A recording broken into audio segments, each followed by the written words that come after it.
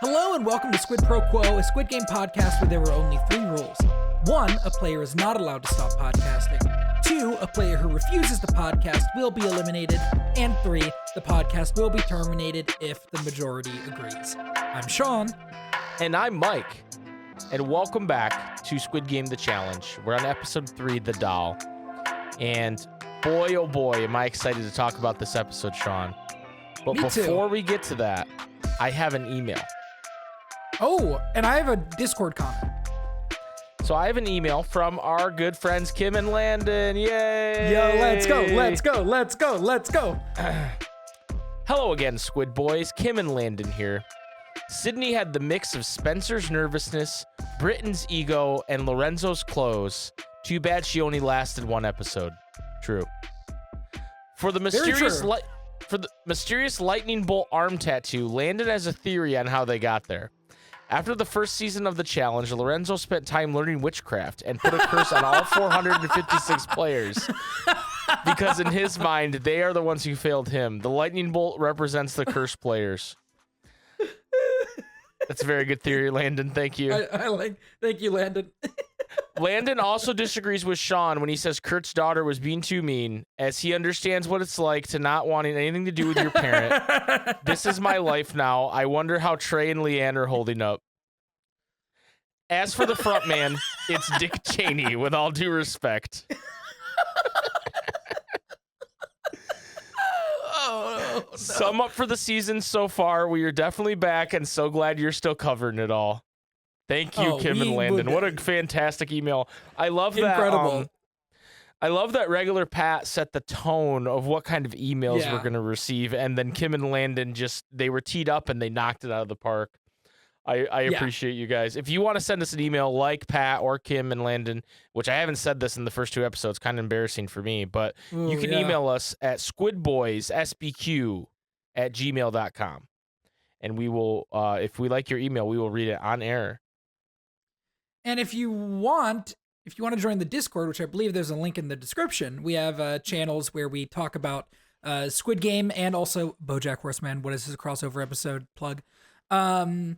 And I just, I said in there, if you guys have any thoughts on the episodes that you guys want us to comment on in the podcast, just tag us in there and we will pull those out. One thing I will mention too, Sean. Yeah. Is we're not exactly batch recording these, but we've recorded 3 nights in a row now, and episode 2 isn't out yet. So there might be like an episode delay on, like, for example, Kim and Landon obviously sent that after episode 1, and we're reading it on episode 3. So don't be alarmed, whether it's a Discord comment or an email, we will get to it. And I'm sure we will, like we normally do, kind of throw an episode on at the end. For anything that we might miss. Oh, we love the recap episode here at Squid. We love the recap episode. But I have a comment here from our good friend Korn, who in the Discord after episode 1 said, episode 1 thoughts basically align with everything you guys discussed. I thought it was a little sus that they had so many family friends in the games. I don't know how they do casting, but you're telling me of all the submissions, you just happened to pick that many duos? I think they were definitely like looking for that. Yeah. In the applicants. Yeah. Corn says, I can see mullet Australian guy winning, but I really hope it is Star Wars guy, LOL. Yeah, I gotta say, I gotta break for a second from this. Discord, big fans of Mark. I don't know how they're feeling right now. Well, here's the thing. They haven't heard my thoughts on Mark yet because episode 2 isn't out yet. I guess that's true. So we'll see when episode 2 comes out. We'll see what their reaction is to me absolutely hating Mark. But everybody was talking about how much they liked Mark after episode 1. And I had to sit here, with the cursed knowledge, knowing what I know. Yeah. Korn says, the dad-daughter duo is a little lame. I think her annoyance with him is valid. He seems overbearing, and I actually will not give 2 shits when one or both of them leaves. I think y'all are being a little mean to Papa Kurt. All right? I think, but here's the thing. I've actually been thinking about this all day because I've been seeing, pretty much everybody's been pushing back against me about my feelings about this. And not to not to bring things down a lot, but I lost my father very young. So I think I definitely have some shit with parents that I feel differently than a lot of people seem to about this. I've actually been thinking about that all day. Yeah, Sean, you know, when you had this take, yeah, I obviously have the opposite take where I'm like, yeah, no, he's a little much, but I like him, right? Like, I think he's a good dad, but I get why she acts that way. And in my head, I was like, well, it makes sense that Sean would feel this way. Like, I had that thought. I want you to know. But I've been thinking about that all day because I did not find him to be overbearing, but everybody else does. And there's a part of me that, this is really fucked up, but I think it's really funny. There's a part of me all day that's like, do I just crave the attention of a father? Like, yeah, you're kind of doing the it's because you guys all have dads. You don't know what it's like, like you guys, you don't get it. You don't get it. Yeah, but I had that thought, but I didn't think you'd want to bring that up on the podcast, but here we are now. So sometimes we just bring shit up, Yeah. I didn't think we were going to be talking so much about Dick Cheney this season. True. Sometimes, you're just the person sitting in the office doing the talking head and you're just sharing very deep details about yourself. Yeah. I don't think that my deep details were as bad as hers. Holy shit. You don't think that if you were a contestant on the show, you wouldn't just immediately talk about your dad? What does that mean? Because I think you would. I think you would immediately. I think I have. Talk about your dad. I want to talk about that, but let's put a pin in that, and I'm gonna finish Cordon's message, and then I want to talk about that. Put a pin in it. So the last paragraph, I think a smart strat would be to come in with someone you know if possible, and then just don't tell people you know each other. So Corn wants to lie, which, as we find out in this episode, Corn's not the only one that wants to lie. Yeah, true. Corn says, use it to make multiple alliances and increase your odds. Why would telling anyone you are besties or related to someone else really be a strength? At the end of the day, no one gives a shit about you. They want the money too. That's based. That's very true. That's very true. So my thought on the talking heads thing was, there is another scene in this episode where somebody says some shit in the talking head that is like, you probably shouldn't say that. Yeah. Oh yeah. like you don't sound good. And I have to imagine that it is, they have to be pushing them, the producers. Right. Well, what I was going to say is there's two options here. Either everybody that's on the show is really like dumb and desperate for the attention to like just reveal very secretive things about themselves, or they have a truth serum that they're giving everybody before they go in the room. Because there's a thing that happens later where somebody tells a lie that the producers can easily find out that it's like, they should know that it's a lie, right? Yeah. And and then in the talking head, the person talks about the lie in the most insane fucking way possible. And I have to imagine that the producers were like, you need to like lean into this because that's insane. Yeah. Like I'm sure they're getting egged on by the producers to oh yeah to really play it up.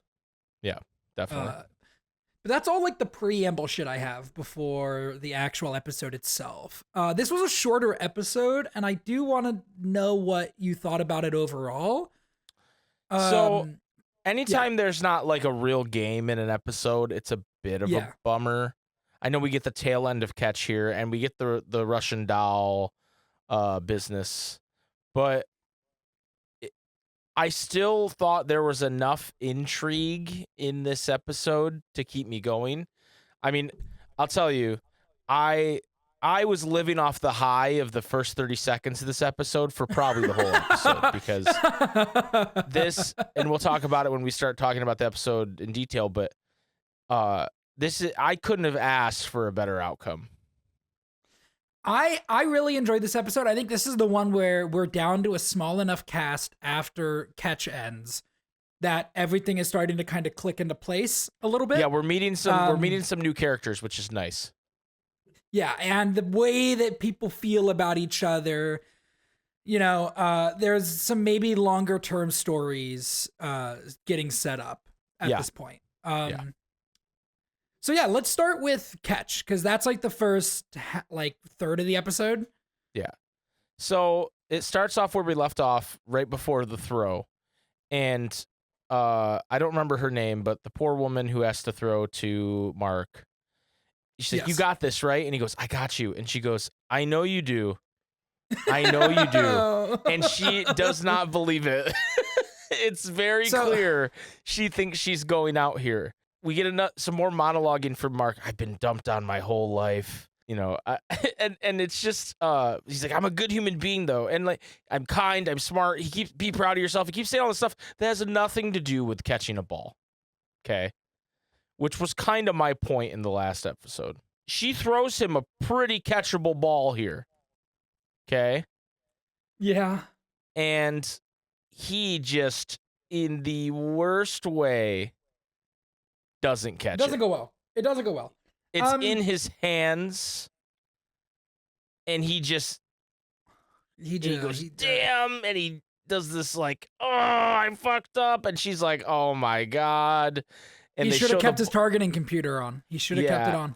He should have, and everybody's pretty upset, you know, in this moment. And he goes up to her and hugs her. "I'm so sorry," and she's like, "It's okay," because to everybody's credit, the way everybody's been talking about Mark, he seems like a very nice guy. That was never my issue with Mark. Okay, but let me paint you a picture here, Sean, about how I feel, how vindicated I feel about this. So in the movie The Dark Knight, when the Joker sets up the social experiment with the prisoners on the boat and the civilians on the other boat, right? And then it turns out he was wrong. Like they end up saving each other.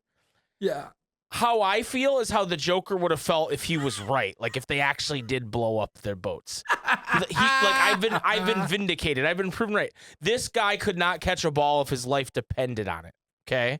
Yeah, and it's shown that sure, he's a nice guy and he's kind and he's be confident in yourself and all this stuff. But you got to be able to catch the ball, brother. That's what this is about. And he doesn't do it. And he lets down this poor woman. And I could not feel more vindicated about it. And I know people are going to boo me. And I know people are going to go, "Wow, you're a real asshole and you're a villain." I don't care. You can boo me, but I'm right. This guy could not catch a tennis ball. I've seen what makes you cheer. Yeah, exactly. Exactly. And it's so funny. There's this shot where they're both kneeled down and they put their heads together. And he's like, "I'm so sorry." And the camera's panning. And Tara feels similar about Mark too. I do. But she's invested in the show despite what she wants to say and believe, right? But she hates the drama of it. And so they're like panning around them with the sad music playing. She goes, "I fucking hate this show." It's so dramatic. And I go, "I love it. I love it." It's so funny how people are bawling, crying. Yeah. And it's so dramatic. And then they get shot and then they have to pretend to die. And I just love everything about it. I think this show is so funny. I don't know if they think they're as funny as I do. I think they think it's drama filled and there's somebody that dies in this episode who is having a fucking blast. Yeah. When they're dying. They're having a great time when they're dying. And I'll talk. Okay, look, here's the thing. I want to crash out so fucking bad, but I can't because I'm afraid that I'm going to piss my neighbors off. I'm on Twitter today, Michael. What? Did you get spoiled? I'm on Twitter today. It is Thursday, November 6th. This show came out 2 days ago. The Netflix Twitter account posts... Always Netflix, dude. Most devastating eliminations. And I don't even watch the video. The thumbnail of the video on Twitter is Mark's face.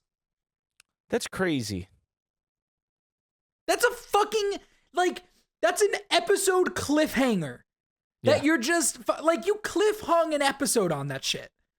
Yeah. I fucking hate Netflix marketing so much. Well, I think Netflix. I mean, this is a longer discussion that I don't really want to get into because I want to keep getting in this episode. But like, Netflix in general, with the way they're doing things, is flawed. Like this whole release schedule for this show, like the argument about releasing it, because they typically have been like, hey, we're releasing everything all at once, right?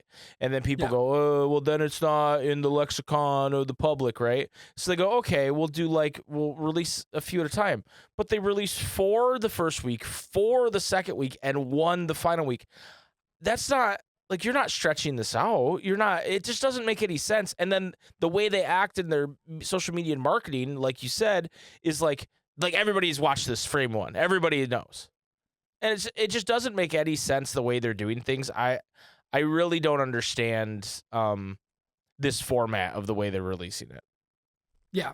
Well, they do this fucking shit not to continue to get off the... Just release Stranger Things 5 weekly.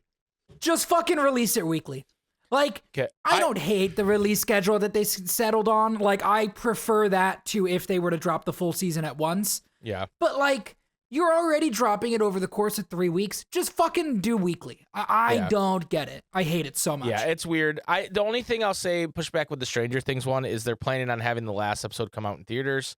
So I do understand, like, having some sort of cadence where you feel like people can catch up and go see it in theaters if they want to. So I actually think that is more in favor of what I'm saying, because it's playing in theaters a week after the second drop.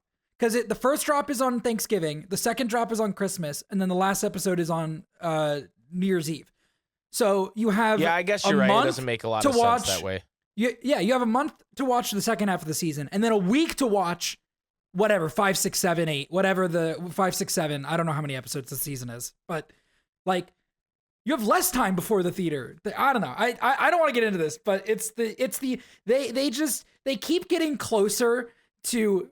Like, TV figured it out fucking 70 years ago that if you release this shit weekly, it fucking works. And they're getting so close to realizing that again, and they still just don't get it, and I don't understand. Well, and I especially think a show like this where people are invested in the stakes of it, like I don't know why Mad Men's in my head, but like Mad Men, like, sure, you can release that all at once if you want, or you can release it weekly. But this is like a show where there's like contestants and like there's an outcome that's like, someone wins. You know what I mean? It's more, it doesn't make sense to do it the way they're doing it, in my opinion. No. I got a question. How fucking pissed are you in this moment if you are 443? Well, okay. 443 only has herself to blame, because why the fuck are you throwing it to Mark? That was going to be my other question, but I actually thought you were going to push back on it if I went, this is kind of her fault, right?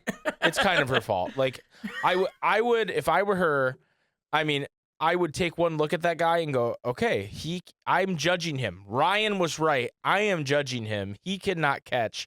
I'm throwing to someone else.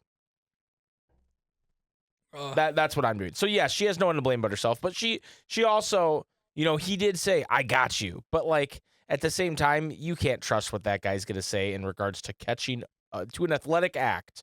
You can't. If it was like, hey, Star Wars trivia, boom, you're my guy. But here's the thing. I still don't know that because I don't actually know his opinions on Star Wars. He might not be trustworthy about that either. Yeah, but trivia isn't really an opinion piece. It's I don't know, but there's a lot of Star Wars fans that act like they know shit and they don't know. That's true. Shit. That's true. I'm calling you Star out, Wars fan. Jip 214. Oh man. Oh no. Oh no, Jip. Catching strays already. So they keep tossing the ball. Right. And I'm fucked with this, by the way. I'm really fucked. Yeah. The farther out they get, good. the harder it definitely gets, and the more eliminations we get. And I thought for sure, like going into this episode, we would not go through all 16 balls. But that's actually what happens, is they end up going through 16 balls, and the people at the end of the lines succeed because of it. But oh man, there's a lot of drops here. There are. The next big thing, I don't know if you have anything before this, but we learn more about your boy. Yeah, but we learn more about Viper.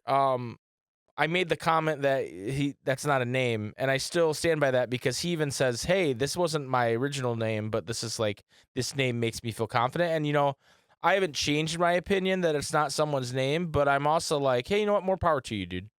If that's something that helps you, then yeah, change your name to Viper, whatever, Yeah. He is kind of goated though. Because he catches the shit out of that ball. He catches the shit out of the ball, and he's everything when I picked him to be the winner last episode, he is everything I thought he was, right? Yeah. There's some really bad throws in the meantime, though, before we get to him. Some people that just undershoot the throw by literal meters or feet. Yeah. It's just insane. But I can't believe it. And so then Viper makes the catch, like you said, from 294. Because they're the last two in that line. And then we get this fucking guy. Okay. 390. Wait, before we get to this guy, I want to call out two things really quickly. When it's getting thrown to 152, one of the people inside who is like the proxy player is like hugging the other guy, like, I'm so sorry, you're gonna get out, like I'm so sorry. But he's like smiling. He's so excited that this guy's about to get out. Yeah. It's very funny. There's that one. There's also another one when 152 is trying to pick who he's going to throw to. There's a blonde girl who goes, "Do I look like I catch balls?" No, it's the same girl. There's a guy in the crowd who jumps up when she says that and just goes, "Oh my God." Yeah. Well, that's the same girl last episode that she said as well, I'm not catching it.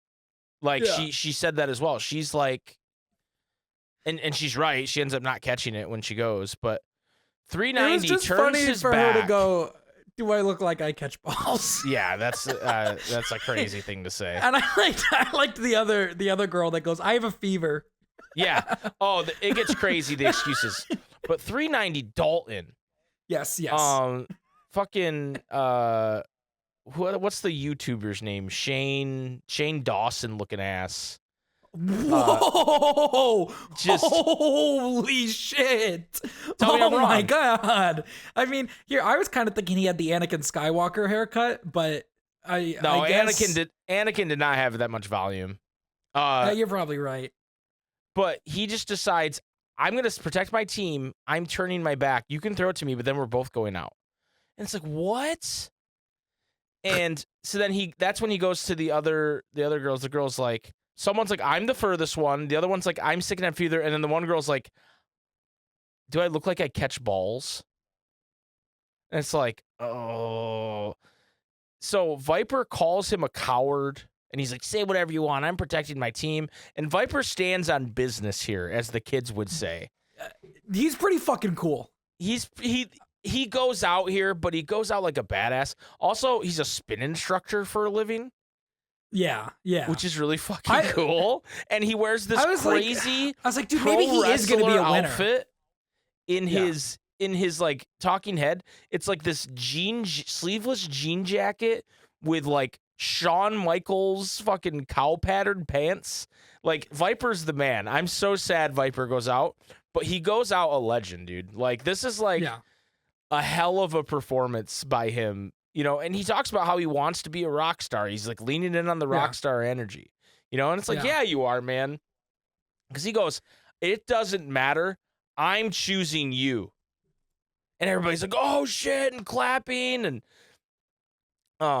they're like, that's so badass. That's so badass. Okay, this shit is cool, but this shit is ruined. This shit is ruined for me by my least favorite person on this fucking show. My enemy. Okay? Who's your Matthew enemy? needs to shut the fuck up. Oh, Matthew 98? needs to stop talking. I'm so goddamn sick of his voice. I'm so sick. Every time, he outbluffed you. He outbluffed you. Shut the fuck up. You are not part of this. Be quiet. Sit down. This is not about you. This is about Viper.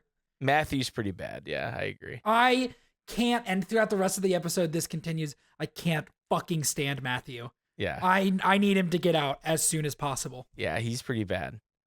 So, Dalton turns around and he's like, yeah, my bluff got called, whatever. And then I gotta say, as badass as all of this was, this is a pretty dog shit throw by Viper. Yeah, it's not very good. Like, it's not a great throw. Dalton, like, yeah, shouldn't have put up all this fight, but like, this is a pretty dog shit throw. But then even then, it gets in Dalton's hands and he just doesn't catch it.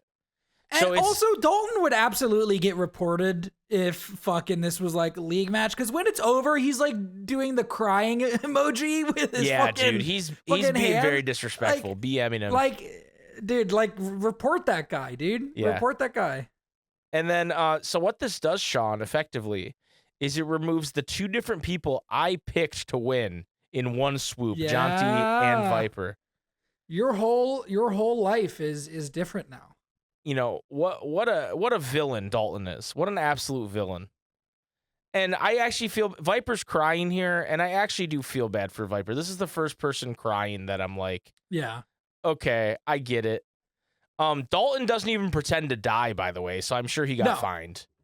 Yeah, I'm sure they fined him. You're supposed to pretend to die, okay? Like, that's... Yeah. What they don't do that I think they should have done is, because I don't know that they're actually doing the loudspeaker saying player 118 is eliminated in the game. Yeah. But they should have announced to them that player 118 died there, because then they're like, wait, what the fuck? I think that would have been cool to like give them that twist. Yeah. There's another one here that I just want to touch on, because they go through a bunch of them, and I think most of them are like whatever. But there's one with 112 who is throwing to I think she's the last one to do it. She's getting thrown to by 455. Who, by the way, 455 gives a fucking terrible throw. Like, it's really bad. Lots of really bad athletes here at the end. But when, like, he goes down, when she pretends to die, she's got like a big smile on her face, and she like throws her hands up in the air. Right. Like, this is what I was talking about. I was like, she's having a good time. Honestly, I really fuck with it. I think it's so cool. One thing about all this, too, that's really insane, and Tara called this out when we were watching, why are you throwing it overhand? I guess they're getting to the point where they're thinking it's too far and they're not going to be able to do it underhand. It's not, because they could run forward. But they don't know how to throw, clearly. Right. All these overhand throws where they're not getting enough under it, it's just... really bad. But we end up with, 16 balls dropping, so a lot of people at the end of the line survive. And that's the game there. So we lose some pretty big contenders there, and Mark. Yeah, and Mark. We lose some contenders and also Mark. This is one moment where I was like, all right, Kurt, calm down, buddy. Because he goes, way to go, Zoe. It's like, Zoe didn't do anything.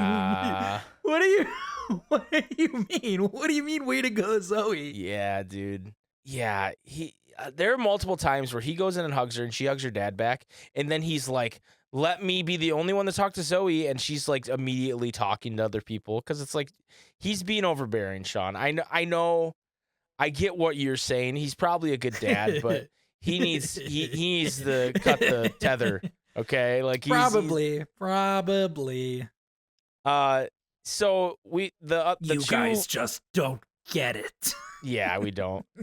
The two people that didn't play the game that survived explained to them what happened, and Jonty picked Viper, and so that's why he went down, and everybody's like, that's crazy. What are the chances Jonty chose the most dramatic death in there? Yeah. And then people are kind of like, there's a lot of like, oh, why were the younger athletic guys up front? Okay. And maybe this is editing, Sean. Yeah. I don't understand the amount of twin hate. I don't understand the amount of hate these guys get. I was going to say, dude, everybody fucking hates the twins. They are hated.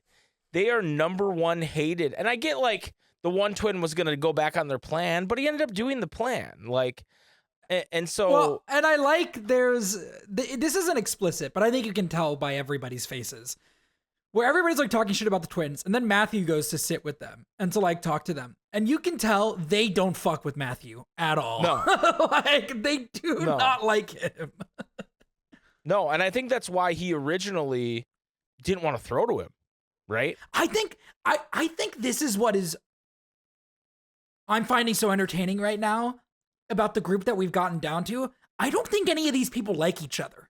No, it doesn't seem that way. And I'm really into that. I feel like if they were to do the thing where they're allowed to just kill each other at night, like in the actual show, I think they'd do it. I think they would do it. I don't think they'd be too broken up about it. We meet Austin 153, who's really like hating on the twins. And he's like, that told me everything I need to know. And I don't know if I dig this guy's vibe. He seems a little greasy to me. He seems a little, I don't know. I'm a Twins supporter, dude. I think they're good old blokes from Jolly England. They're good old blokes, and you know, I like them. And I think they're getting a lot of unnecessary hate. Yeah. I'm neutral on the Twins. I really want to see them go up against each other, though, before this is all over. I hope they have to, because that would be fun. Yeah. Yeah. So we get the piggy bank fill up, and we're down to 74 players. Matthew's feeling excited because he's like, I could win this. One weird, quirky guy. I hope you don't. One weird, quirky guy that's like holds up Spork is like, I think he's number 30. He goes, bye, guards. I hate to see you go, but I love when you walk away. And it's like, shut up, dude. Like, what the hell? I feel this way about a lot of people in these shows whenever they fucking start to talk. I'm like, oh, stop, please. Please stop. I hope he listens to this so I can be like, he can hear me go, you're quirky and weird, and you watched Invader Zim probably. And that's I just feel like we get, are we back to the Invader Zim hate? That's pretty crazy. Oh, dude, I forever will hate Invader Zim. I know, I feel like it's been a while since we talked about this. If you watched Invader Zim in high school, I would walk up to you and give you a fucking wedgie and pull your underwear around your head. That's how I feel. I didn't actually do that for the record, but I would. If you had a chance to go back, if you could do like 17 again, you would do it. Yeah, I would pick on all the nerds, absolutely. So in the middle of the night, they drop this little Russian doll off, and she looks like the red light, green light girl, and it says "Open Me" on it. But then they are told, "Hey, don't open this until she starts singing." Which I'm glad they put that rule out there, because it's like, I would have just opened the bitch. Oh yeah. But there's a lot of intrigue about it, and some people are like, "Oh, that's a trap," and a lot of people are interested in opening it actually. And one of them being number 98, he's like, "Oh yeah, I'm opening this thing. I want to open this thing." Yeah, by the way, I fucking hate this guy so much. Mr. Tough Guy here changes his fucking tune real quickly after the first person picks it up. Yep. So when they're all kind of just hypothesizing about it, people are trying to figure it out. Peter's like, "Hey, I took a risk last round and I flew too close to the sun, so I'm not doing shit with this thing." Very smart. And man, every time I see Matthew, number 98, I'm just like, this guy is an aggressively bald man. Like, I don't know how you can You know what he looks like? You know Spy Kids? Yeah, I know Spy Kids. I don't know what you're referencing. He looks like the thumbs from Spy He looks like the thumb people? That's a crazy thing to say. Oh my god. I'm looking at him. Hang on. I gotta get you the still I just paused on. Because I think you're gonna understand it. When you look at this, he kinda looks like the thumb people from this still. Yeah, you're right. I was gonna say he looks like Powder from the movie Powder. I haven't seen Powder. You've never? Okay, let me find a picture of Powder for you and put it in the chat here. I pulled it up and I was like, yeah, that's him. Hold on. I don't know anything about this movie. I just remember what he looks like. Oh, okay. So don't ask any follow-up questions about Powder. Oh my god. Yeah. Okay. All right. Yeah. Oh, I would not want to meet that guy in a dark alley. So, I'm not someone to question someone's like story of where they're from, but I will say they give him a talking head here, and it is the most like Chat GPT I'm a New Yorker type shit I've ever heard. This guy doesn't have a fucking personality. That's why. You're a Yankees fan or you're a Mets fan, and I'm a Mets fan. And what that means is I'm an underdog, and underdogs have a lot to fight for, and a lot more than some teams, like the New York Yankees, perchance, who constantly win over and over. And that's what it's like, bro. What are you talking about? The Mets suck. They're not underdogs. They just suck. And then he's like, I'd save people. I'm taking bad people off the streets, putting fear to the side. That's what it's all about. And it's like, dude, I think you're an NPC. Like, I think he's a corrupt cop. Bro, he definitely takes bribes on the beat, dude. I think he's like, you know the movie The Dark Knight? He looks like he should be in The Dark Knight. He looks like he's one of the fucking corrupt cops from The Dark Knight. He doesn't look like this guy, but in my head, in Avengers, when Captain America tells the cops to do something, and the cops are like, why should we listen to you? And then he beats up a couple Chitauri, and then the guy turns around and is like, all right, I need to set a perimeter on the 4th. Like, he's that guy, dude. Oh, okay. He doesn't look like that guy. I just looked. No, he doesn't look like that guy, but he is that guy. He's like questioning Captain America and shit. It's like, get out of here. Yeah. Oh, I see. I was a little indifferent on him. You've made me hate him. You've brought me over to your side. I fucking hate this dude so much, dude. Every time he opens his mouth, I'm like, will you shut the fuck up? Oh my God. So Austin is actually the one who grabs the doll first. 402 tried to snatch it. And then 98. Austin's kind of cool. I kind of like Austin. I don't like Austin. Oh, I think Austin gets what he deserves here, which is disadvantage in the next game. Okay. I think he gets what he deserves here. I don't like him because he was hating on the Twins, to be honest with you. That's why I don't like him. Okay, fair enough. You should get rewarded for taking a risk. It's like, you fucking lost, buddy. Shut up. Okay? It is Austin got disadvantage. I thought at first, because they were like, when it sings again, you need to give it to somebody else. I thought we were going to play hot potato for a second, which we've joked about so many times on this show. And I was disappointed that that's not what it was, although I think it is still fun what they end up doing with this doll. But I totally thought it was going to be the fucking hot potato. And then it like fucking explodes. I thought it was going to be like whoever ends up with the disadvantage is the person holding it. Right. So he's going around trying to find someone who wants to volunteer to take it because he doesn't want to be a bad guy.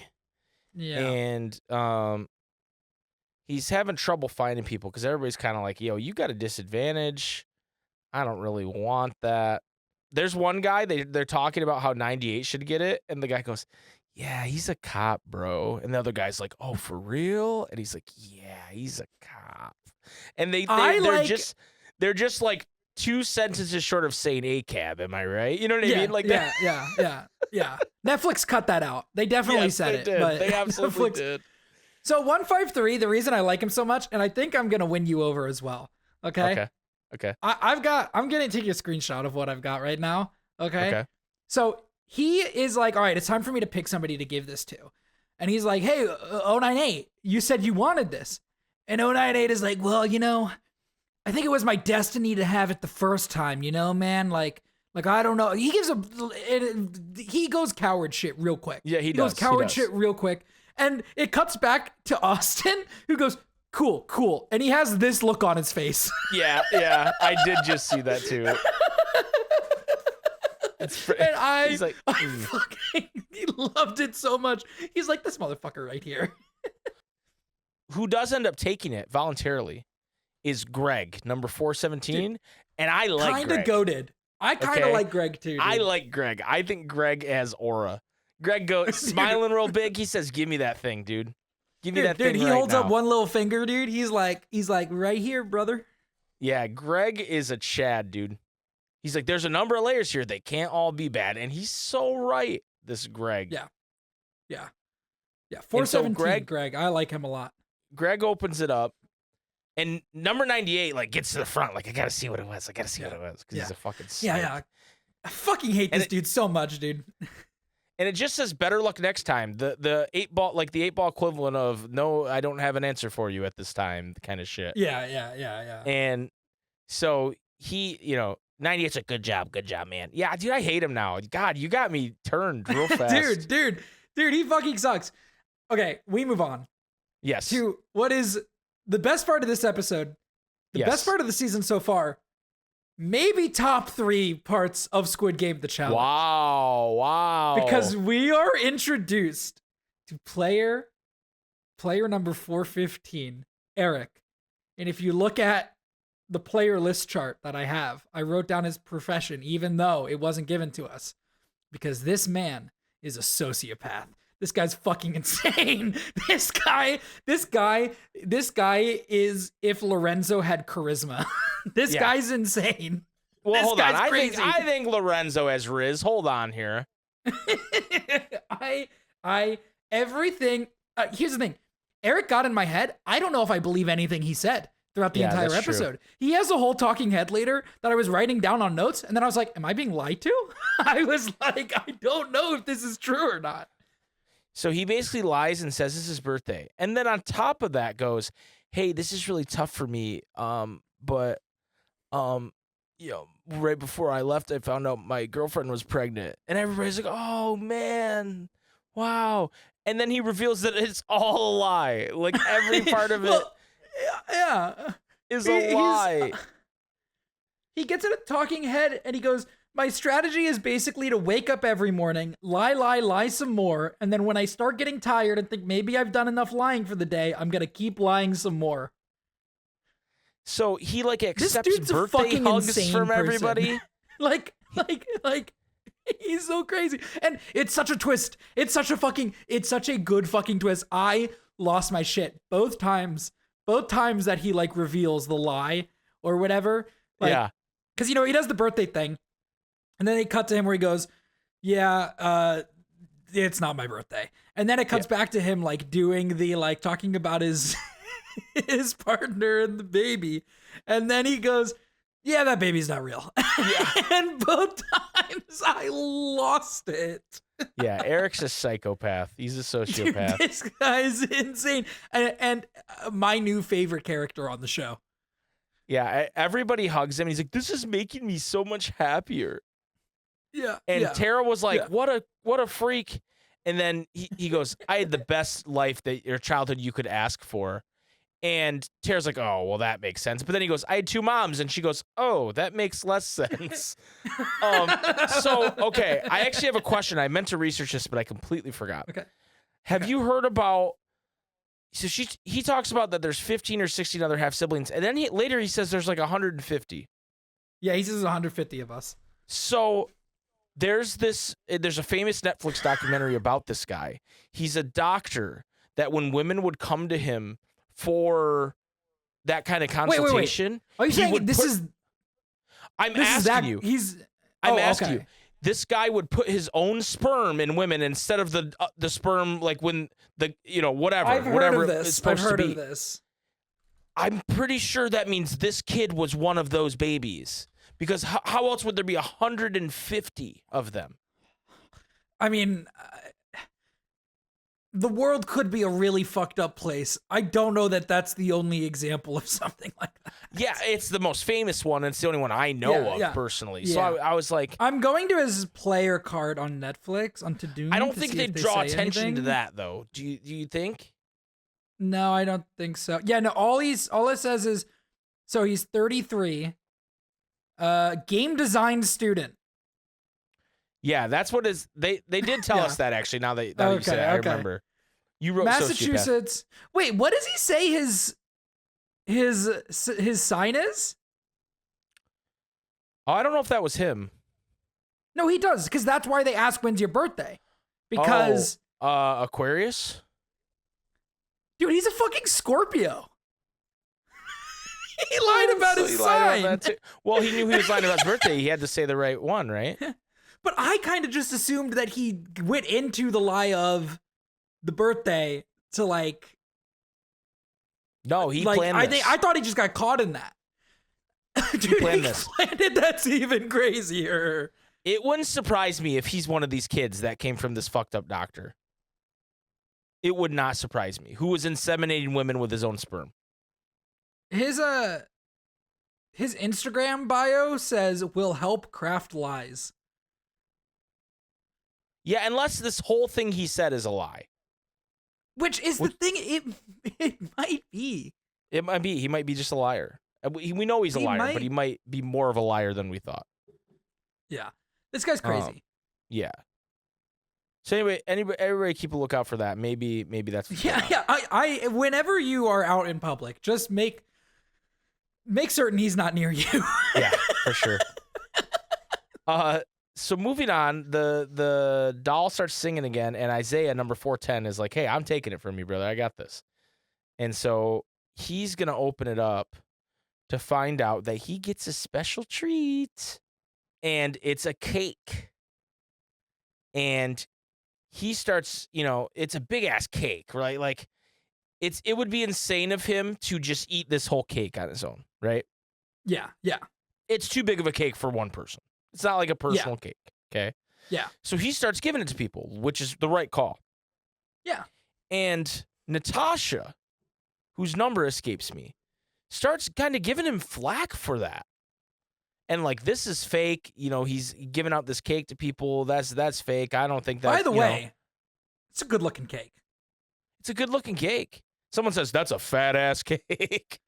and so he's like, hey, I want to share the kindness, expand the alliances. But like, he's definitely not just doing it because he wants to be a good guy. He knows that there's a benefit to it, but it's also like, what else is he supposed to do? And she's like kind of giving him shit for it. And so because of that, he chooses her to give the doll to next. Yeah. He also, one funny thing is he goes, bigger slice for the birthday boy. So this fucking liar is just benefiting. Yeah. There's there's two guys in bed at one point that are like, they're in separate beds, but they're in bed. It'd be cool if they were in one bed, but they're in bed, and one of them, they're just like, yeah, everybody's fucking talking. These fucking social losers. What a bunch of idiots. And then the guy goes, good thing is, we're the two coolest dudes in here. Yeah. I know they say that, and that, yeah. I remember being like, yeah, cool guys. You guys are really cool. Well, we learn a little bit about Isaiah first, who talks about... I don't remember anything about him. So he talks about how he comes from a divorced family, and he's always been trying to seek approval from his father. And nothing's ever good enough for him because he was desiring that attention from his father. Yeah. And again, why are you telling them this? Why are you telling the Squid Game people this? Why are you telling the Squid Game people this? Right. They're not your therapist. And so he tells a girl whose number escapes me. I can't see it at this moment, but he's like, hey, I'm going to give it to her because she's kind of rude. And she's like, hey, you need to like be very apologetic when you do it because otherwise it's going to come off as mean and people might turn on you. Right. And he's like, oh, okay. But then when he goes to give it to her, he doesn't do that. He just kind of he doesn't really give her a good reason as for why he gives it to her. And the two bros that say they were coolest in here, they're like, hey, you didn't really have a choice. Like, you had to give it to somebody. And she opens it up and she gets 10 coins. As we all know from last episode, means they can eliminate somebody. And Isaiah I actually have a problem with this. Well, I thought Isaiah was cooked right here. Okay, yeah, I did as well. I have a different problem with this. I have a problem with them saying the reward is 10 coins. Because the reward is not 10 coins. Yeah, it's 1 coin. Well, no, the reward is an elimination. She doesn't get a choice to spend the coins in a different way. Okay, but they're playing some 3D chess with you, Sean, because they want everybody out there to think she has a choice. Oh, right? Shit. All right, never mind. I don't have a beef anymore. That's really good. Right? No, I thought the same thing at first, and I thought about it, and it's like they send her in. Well, they don't send her in there alone, I guess, like they do Matthew later in the episode. They send her quote alone. They tell her to go to the boiler room, I think, but she asks the other girl to come with. Right. So I think they wanted everybody to believe she had a choice, and then she chose to be cut through. I buy that. That's how I read it, I guess, upon thinking about it. We meet Natasha a little bit here, whose first language is sign language, because she had 2 deaf parents. And that's pretty impressive as someone who has a little bit of knowledge of that culture. and she's an interpreter now for her job. She is a very attractive woman, and not that matters. Just wanted to mention that for a moment. We found Mike's Haley. No, she's not Haley. No one's Haley. So they go to the boiler room, and Haley, call me, please. And there's a red phone. Please, God, Haley, please. The phone rings, and they tell her, hey, you have these coins, a 10 coin, and you have to make an elimination. You must do this immediately. And she's like, oh, shit. So we get the answer that I asked last episode where it's like, do you have to take the box? And it's the box that's the elimination. And so she puts the coin in, and then I don't know why the box is there, because then she just has to key their number into the vending machine. Like, it's all very convoluted for no real reason. Like, why is she getting the box? Doesn't... Why not? Yeah. Just because for theming. It's really dumb. But she eliminates what seems to be random, which I think she kind of says it was. She's like, I just didn't really know this person. And yeah, I think she's number 80. I think we get set up with her being a certain. I think we get set up as her being like kind of a bitch, and then I think that she explains a little bit about like like you said about the having two deaf parents. Like she over emotes. Okay. I was gonna say though, I think that's a cop out. Like that. It's probably partly a cop out. I think she is probably a bit of a rude person, and that's how she has justified that to herself her whole life, is that, well, because I had two deaf parents, I react more wildly than the normal person. And it's like, no, you could still be nice. Like that I could definitely, that's a cop out. I definitely can see that being, a cop out. But I think that I definitely had lower expectations of her. I thought she was going to get rid of I thought Isaiah was cooked, man. I was like, I thought I kind of respect her for not doing that. Right. I was like, how unfortunate for him that he just chose to be a little petty, and then it's going to backfire in his face, Yeah. But it didn't happen that way. And so she explains that she just picked her because she didn't really have a connection with her. I will note that, and this might be some editing, but when the cake was being handed out and Natasha was saying, oh, this is fake or whatever, number 80 was like, you just went up 19 levels in my book to Isaiah. Oh. So maybe there was something there where she heard her say that and was like, no, that's weird. Okay. So then we have one more giving of the doll, and she decides to give it to player 303, who went up to her after she made the elimination, was like, hey, that was real tough. And she's kind of like, why'd this woman just come up to me? I don't know her. Why was this woman nice to me? What the fuck? I'm gonna kill her. Which again is why I feel like that's what I turned back around on her. well, that's why I feel like that whole thing is a cop out to me. Yeah, like it's just like I'm like going back and forth with her. I'm just like, oh, maybe she's not. Oh, that's a fucking. Oh, I'm wrong. This is not the the last handout. There's one more after this. But right, yes. So 303 opens it up, and it is immunity for the next game, which is sick. What a good reward. Right. What a great reward. And then 75 Natasha goes, man, why did I give that to her? I could have gave it to one of my friends. Which she is friends with number 415, Eric, your psychopath. So this is all kind of lining up here. Yeah, that's true. And Natasha kind of goes, good job, yay, and then rolls her eyes real big. And it's like, wow, you are so mean. You're not a nice person. 303 goes looking for the next person. Yes, and which is 98. This fucking coward is pretending to be asleep. Yeah. He's absolutely. Fucking hiding, dude. 100%. I hate this guy so much. He's hiding in bed pretending to be asleep. So Brigitte Nielsen goes to find number 98, and he's like you said, pretending to sleep in bed. She kind of wakes him up, which good for her. And he's like, well, I don't really want trouble. She's like, I don't want you to go home, but I just know you wanted to play earlier. And he's like, that's okay. Like he's not agreeing to it, but he's like, if you're offering it to me, that's fine. Like he's making her make the decision. Like he won't just go, yeah, I'll take it. Yeah. Because he's a coward. Because he's a fucking coward. Go to the boiler room alone. as his clue from his tiny little doll. And so he puts his shoes back on and he heads to the boiler room. And this could not have gone to a more interesting person for it to go to. Yes. This is perfect. And I almost want to know if, like, how much editing is at play here.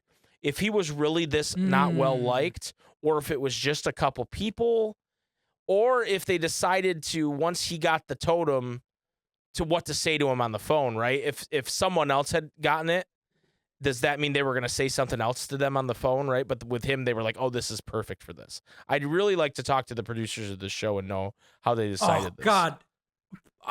Please. Hey, producers of Squid Game The Challenge, we're your biggest fans. Right. Please come on and talk to us about, Also, about Haley, the show. Can you get me in touch with Haley? Also, yeah. So they tell him. I gotta say, I don't think her name's Haley. I'm pretty sure it's Hallie. No, it's Haley. It's Haley. I remember. Trust me. I know. Okay. So they tell him, hey, you got to choose to put a player at risk of elimination, and then the dormitory will vote to eliminate you or them. And he's like, shit. And that's how the episode ends. And he's fucked. I don't know. Yeah.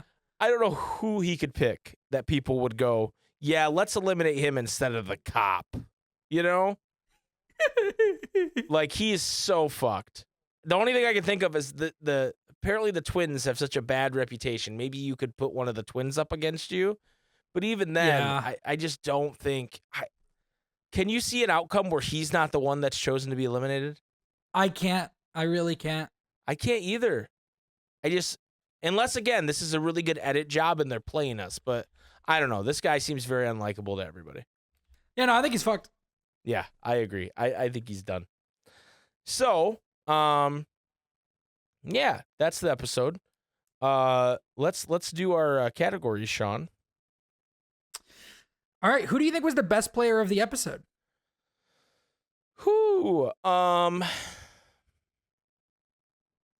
Man, I don't know. I feel like it's tough when there's not really a game to be played. I guess I got to give it to Eric because he's the only one that was really employing any strategy the whole episode. I also gave it to Eric because this motherfucker, everybody is always like, everybody's lying. But if you just lie about the most insane shit, nobody would ever believe that you're lying about that. Right. So like exactly. they trust him now because why would you ever lie about either of those things? Yeah, I agree. It's got to be Eric. It's got to be Eric. Who do you want to win at this point? Who do I think is going to win or who do I want to win? Who do you want to win? I've said Kurt the first two episodes. Yeah. I am changing my answer to my guy, Greg, number 417. Yo, Greg. Greg just has aura, dude. I want Greg to win. Greg has aura. I'm giving it up. I think I'm also giving it up to Greg. Yeah. I think we just pick the nicest looking people until they start to talk. Yep. But Greg just, I don't know, Greg spoke and he had chat energy and he, I like him. He didn't get anything out of it, but he I don't know, man. I just feel like no one else was stepping up there and he stepped up and did it with a smile on his face and he didn't really get any harm for it, Yeah. Who do you think will probably win? I don't know. I feel like I'm dooming people when I say they're going to win because then they get eliminated. Yeah, I really hope you don't pick who I wanted to pick. Well, why don't you go first? I think that there's only one person who has exhibited the willingness to do what needs to be done to win these games. Oh my God. Eric's not going to win. I think Eric is going to win the fucking games. I think Eric is the only one. We got mad that people wouldn't play the fucking games in season 1, I think Eric is going to play the games. Right, but Eric in the same way, Sean, that you can't be too nice and win, you also can't be too cutthroat and win. You have to find a balance. Yes, but I think he's enough of a sociopath that I think he's going to be able to trick other people into not thinking that he's a sociopath. Yeah, I can't go that far and say that I think he's going to win. Which I think is the best thing you could say for him. Because you keep jinxing them. Yeah, you know what? Eric's going to win. You heard it here first. Eric's going to win. I'm jinxing him. The Michael SpikeGhetti jinx is on. All right. Well. All right. I want to hear what everybody thinks about Eric. And yeah. Everybody, please tell me what you think about Eric. Please tell Sean what you think about Eric. The next episode, Sean, is titled Mingle. A bold bet forces everyone to choose sides. A frantic game of Mingle slams the door on key alliances. The players discover the high price of rebellion. What the fuck does that mean? Wait, are they gonna try to do the end of season 2? I don't know. Is someone gonna get shot down? I hope it's Matthew. Is Kurt gonna go to get more ammo and then stay back because of his PTSD? Oh no, not Kurt. All right, everybody. Sean, I am now ready to end this episode. I am also ready to end this episode. Bye, everybody. Bye.